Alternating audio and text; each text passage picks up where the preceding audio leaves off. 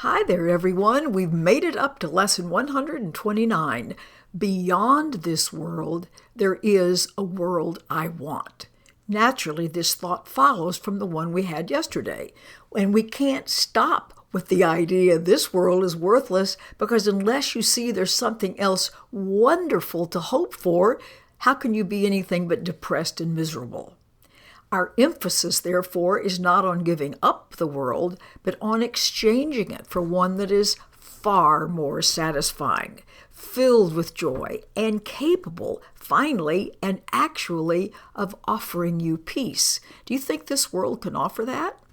So now it wants us to do a little review, to think once more about the value, quote, of this world. Perhaps you will concede that there's not any loss in letting go of all thought of value here. The world you see is merciless indeed, unstable, cruel, unconcerned with you, quick to avenge, pitiless with hate. It gives to take away, and it takes away all things that you have cherished for a while. No lasting love is found, for none is here. This is the world of time where all things end. Is it a loss to find a world instead, listen to this, where losing is impossible, love endures forever, hate cannot possibly exist, and vengeance has no meaning? Is it a loss to find all things you really want and know they have no ending?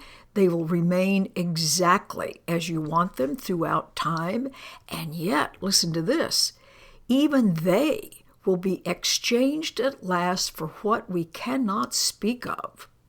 For you go from there to where words fail entirely.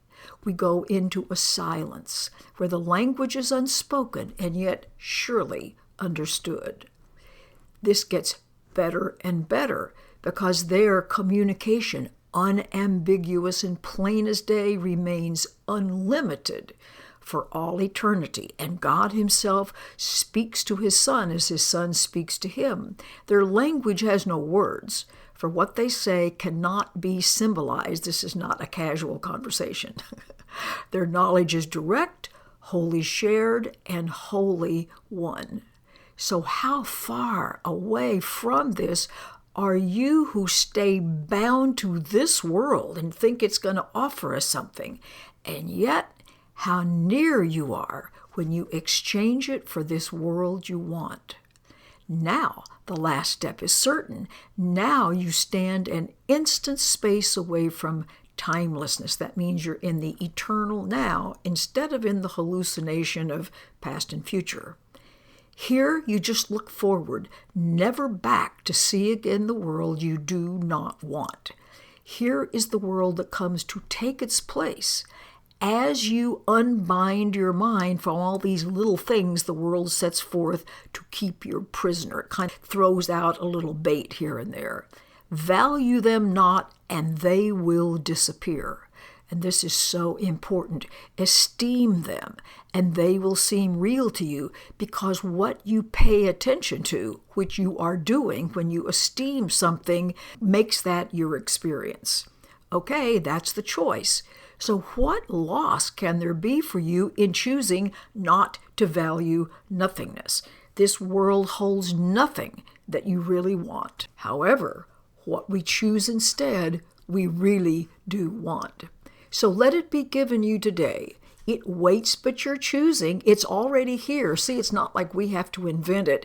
This world is already here, side by side with what we see.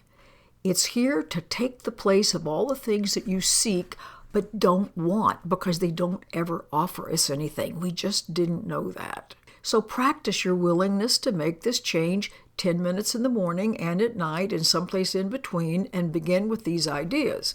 Beyond this world, there is a world I want. I choose to see that world instead of this one, for here is nothing that I really want. See, this is so bizarre to think right where we are now is another world. You might say it's behind this one, like this one is acting as a veil or a wall or a block, but it hasn't touched that. In other words, our hallucination has not changed reality in any way at all.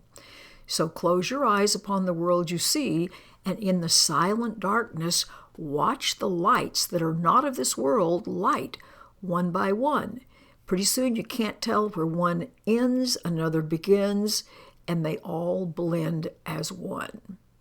Today, the lights of heaven bend to you to shine upon your eyelids as you rest beyond the world of darkness. Everything's paying attention to you. Notice that. Here is light your eyes cannot behold, and yet your mind can see it plainly and understand. A day of grace is given you today, and we give thanks.